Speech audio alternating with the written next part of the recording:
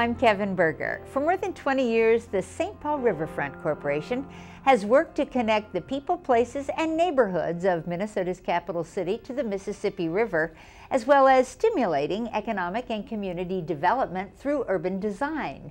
Patrick Seeb is Executive Director of the St. Paul Riverfront Corporation, and he joins us for this segment of Newsmakers with an update on your work. Welcome back. It's great to be with you, Kevin. So tell me about some of the things that your organization has done that you're the most proud of, your signature work. Well, first and foremost, I'm most proud of the role we've played in drawing attention to the importance of the value of the Mississippi River as an asset for St. Paul.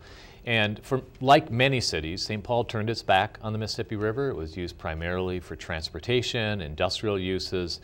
And now people have rediscovered the Mississippi River. We're seeing it as a place for gathering, for parks and trails, for housing, for new commercial development, and many people have had a role in that. I think our signature role is really drawing attention to that opportunity. It really is a big part of what the city, how the city presents itself to the world. Absolutely. People come from around the world, and one of the things they know about is Minneapolis, St. Paul, and the Mississippi River. I mean, the Mississippi River is an internationally recognized asset. And as a result, the city has become more dynamic as it has embraced the river. Talk about that a little bit. Well, I think what's happened, St. Paul has done a great job of attracting people. Now people are moving back into the city, empty nesters, millennials, and that's changing the dynamic. When people live in the city, they care differently about what the city looks like, how it feels, job opportunities, entertainment opportunities. And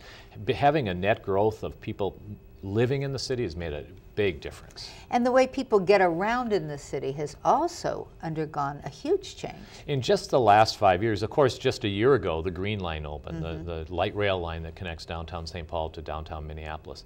But that's coupled with a biking network that's quite robust and will become even more robust. The car-to-go, car sharing, even the walkability of our city. So people now have choices about how they move about the city. And millennials, more than anybody, really want to, they want to get by without a car if they can.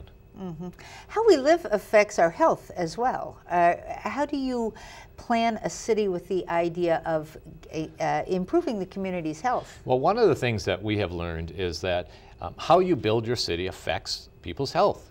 And what we're striving for is creating a city where there's more options for healthy local food. We have a robust local food scene, but we can even be better. More opportunities for community gardening, for example, more opportunities for farmers markets. Even just ability for people to walk and bike to work or to school makes a big difference in people getting their daily exercise in easy ways to do that. Access to fresh air, access to clean water. These are important issues that affect population health, and cities can play a role in that.